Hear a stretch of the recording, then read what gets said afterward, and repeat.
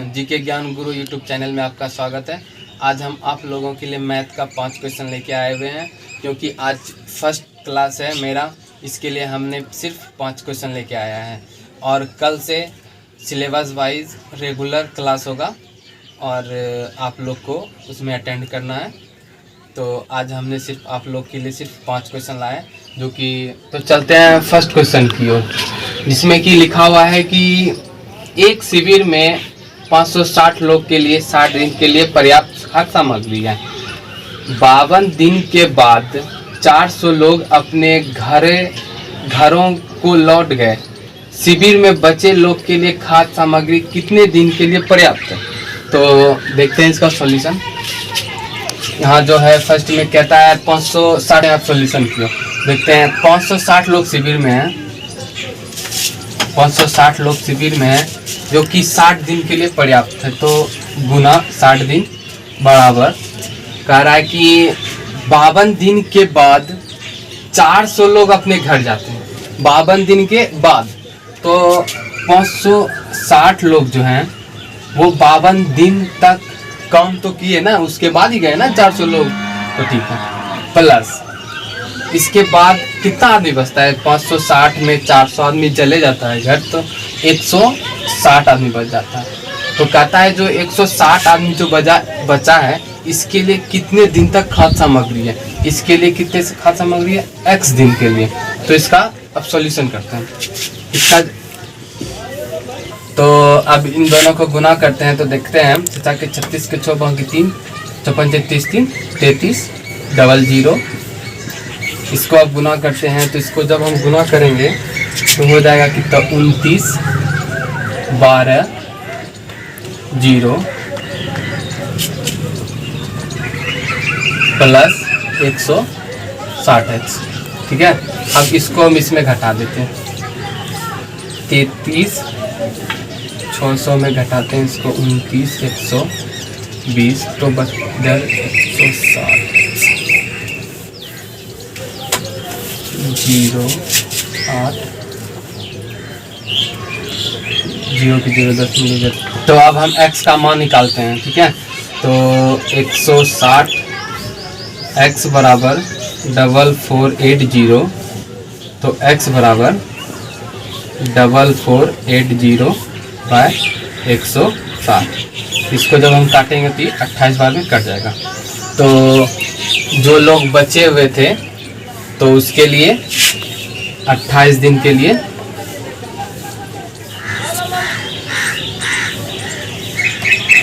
खाद्य सामग्री उपलब्ध है।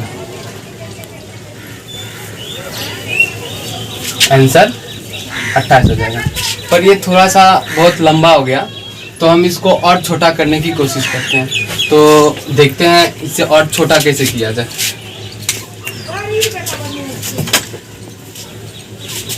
तो अब हम मिटाते हैं इस क्वेश्चन को, तो अब देखते हैं और इससे छोटा कैसे करते हैं।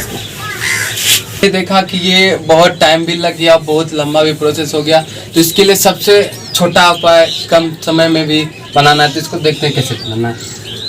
तो देखते हैं 560 लोग हैं, ठीक है, पर क्या कहते हैं 60 दिन के लिए। ठीक है, तो 60 से भी लिख देते हैं, यहाँ पे हम बाय कर देते हैं। 40 लोग अपने घर चले जाते हैं। ठीक है, तो 400 लोग अपने घर चले जाते हैं, तो पहले 400 इसमें घटा देंगे, जो बचेगा इसको यहाँ लिख देंगे, 160 बचेगा। ठीक है, पर कह रहा है 52 दिन के बाद, तो 52 दिन मेरा यूज हो गया है, तो यहाँ पे 52 दिन इसमें घटा देना है 60 में, तो कितना दिन बच जाएगा? सिर्फ 8 दिन बचेगा। तो इसका सिर्फ सॉल्यूशन करना है, इससे सिर्फ इसको कटाना है, इसको कटा देना है, तो टोटल 28 अंक आ जाएगा। 28 बार में। ये रहा सबसे आसान तरीका। चलिए अब दूसरे क्वेश्चन की ओर चलते हैं, जो कि आपने देखा फर्स्ट क्वेश्चन। अब आते हैं सेकंड क्वेश्चन की ओर। सेकंड नंबर में क्वेश्चन कह रहा है, कोई धनराशि चक्रवृद्धि ब्याज से की जगह क्या लिखाएगा? से पहले वर्ष के अंत में 650 रुपया था और दूसरे वर्ष के अंत में 676 रुपया हो जाती है। तो वह धनराशि क्या होगी। अगर हम इसको प्रोसेस से बनाते हैं तो कम से कम हमको बनाने में 5 मिनट लगेगा, पर अगर हम ट्रिक का उपयोग करते हैं तो इसको बनाने में सिर्फ 1 मिनट से भी कम समय लगेगा। तो चलते हैं, देखते हैं 1 मिनट में कैसे बनता है ये सवाल।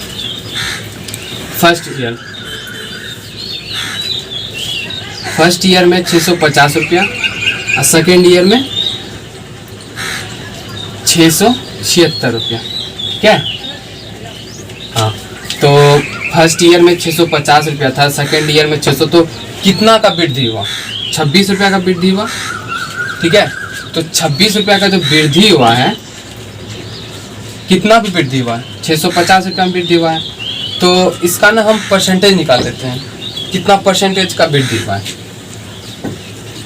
26/650 गुना 100, जब इसको हम काटेंगे तो 4% आ जाएगा। ठीक है, 4%, जो 4% आया तो 4% आ गया। अब देखते हैं यहाँ की 4% जो आया हुआ है, यहाँ पे पहले से है कि यहाँ पे ब्याज जुटा हुआ है, इस पे पहले से मेरा ब्याज जुटा हुआ है। कितना जुटा हुआ है? 4% मेरा इसमें ब्याज जुटा हुआ है 650 रुपये में। तो इसको हम कह सकते हैं ना 104% बराबर 650। तो 100%, क्योंकि हमको मूलधन निकालना है, 100 बराबर 650/104 गुना 100। अगर हम इसको काटते हैं तो मेरा कटने के बाद 625 आंसर आ जाएगा।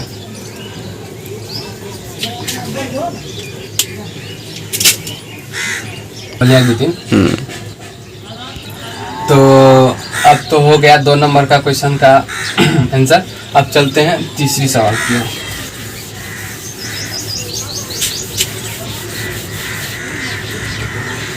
तीसरा नंबर क्वेश्चन कहता है 3 वर्ष पहले राम और श्याम की आयु का अनुपात 4:5 है और 5 साल बाद इसकी आयु का अनुपात 10:12 हो जाती है। इसकी वर्तमान आयु का अनुपात क्या होगा? ठीक है, तो अगर इसको भी हम अगर लंबा में बनाएंगे तो बहुत टाइम लग जाएगा, पर हम इस सब का एक ट्रिक होता है रामबाण, तो उस रामबाण पर हम इसको बनाएंगे, उस ट्रिक पर, रामबाण के ट्रिक पर। तो हम देखते हैं सवाल को। कह रहा है 3 वर्ष पहले राम और श्याम, पहले राम और श्याम लिख देते हैं। इसकी आयु का जो अनुपात है पहले वो भी लिख देते हैं। ये 3 वर्ष पहले था, इसके सामने 3 वर्ष पहले लिख देते हैं, 3 वर्ष पहले। और क्या कह रहा है कि 5 साल बाद इसकी आयु का अनुपात 10:12 हो जाती है। 5 साल बाद 10:12 हो जाती है, 10:12 हो जाती है। कितना साल बाद? 5 साल बाद। यहाँ लिख देते हैं 5 साल बाद। ठीक है, अब चलते हैं। अगर हमको देखना है सवाल में, अगर पहले और बाद, पहले और बाद जब रहे तो प्लस हो जाएगा। ठीक है,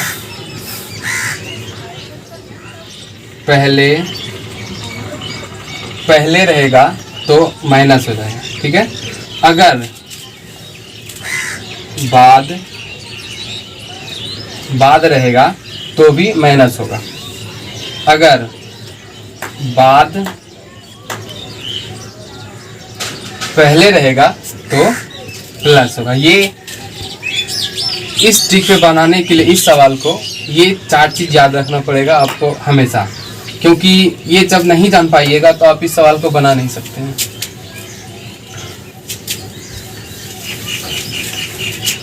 तो चलते हैं अब सवाल की ओर। यहाँ पहले और बाद लिखा हुआ है, तो इन दोनों को क्या करना है? जोड़ना है। तो 5 3 कितना हो जाएगा? 8 हो जाएगा। और इसके बाद इन दोनों को गुना करना है। ठीक है, तो 12 चौके 48 और फिर इन दोनों को गुना करना है। 10 पचे 50।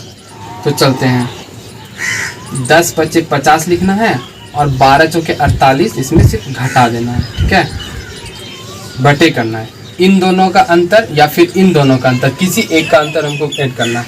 हम चलते हैं, मान के चलते हैं हम इसी का अंतर लेते हैं। ठीक है, 2 हो गया। तो अब इसका सवाल करते हैं। 8 गुना 2 बटे 2, 2 2 से खत्म, निकल गया कितना? 8 7 8। इसकी वर्तमान आयु का अनुपात क्या होगा। जब हम इसका अंतर ले चुके हैं तो हम इसको इसमें गुना नहीं करेंगे, ठीक है। ये 8 को सिर्फ हम इसमें गुना कर सकते हैं, क्योंकि इसमें नहीं कर सकते क्योंकि हमने इसका अंतर ले चुका है। अब इसमें गुना कर लेते हैं। 8 चौकी कितना हो जाएगा 32, 8 पंचे 40। ये कब का निकला 3 वर्ष पहले का, लेकिन सवाल में दिया हुआ है वर्तमान आयु का, तो 3 वर्ष पहले का निकला है, तो हमको वर्तमान में जाने के लिए 3 वर्ष ऐड करना होगा। 35 और 43। तो राम और श्याम की आयु जो है 35 और 43 वर्तमान में है।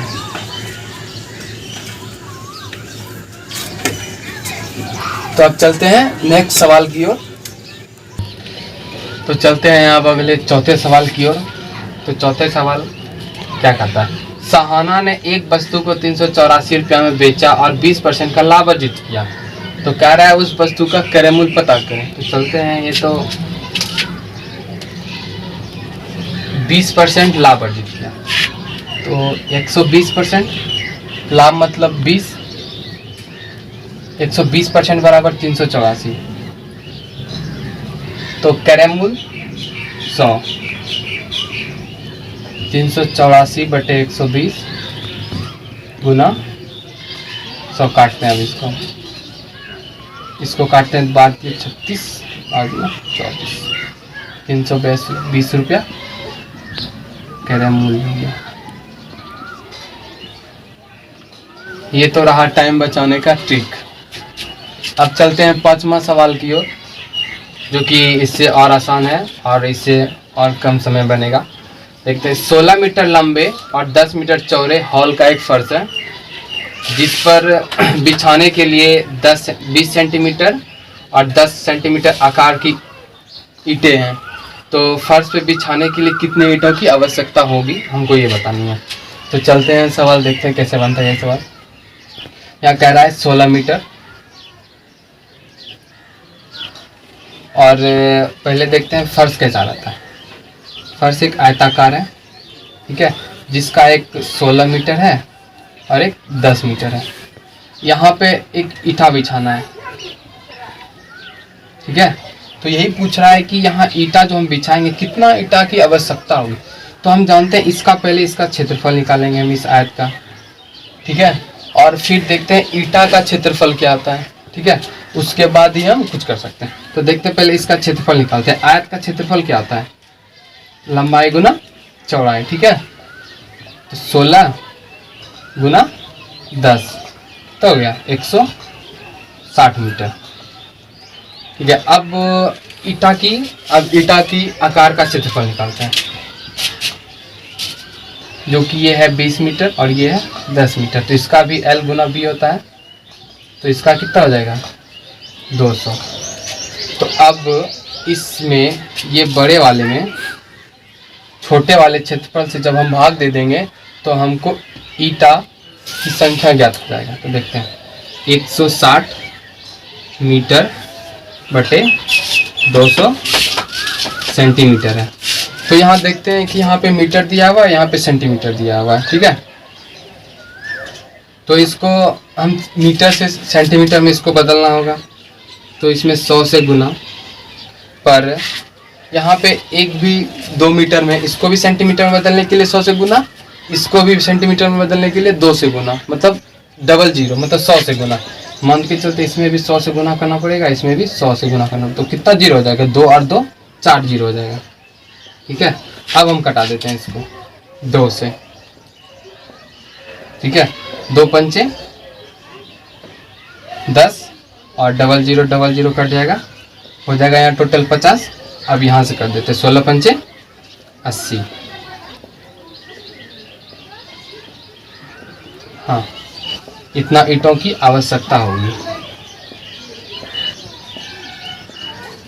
तो हमने देखा ये 5 सवाल इस तरह थे।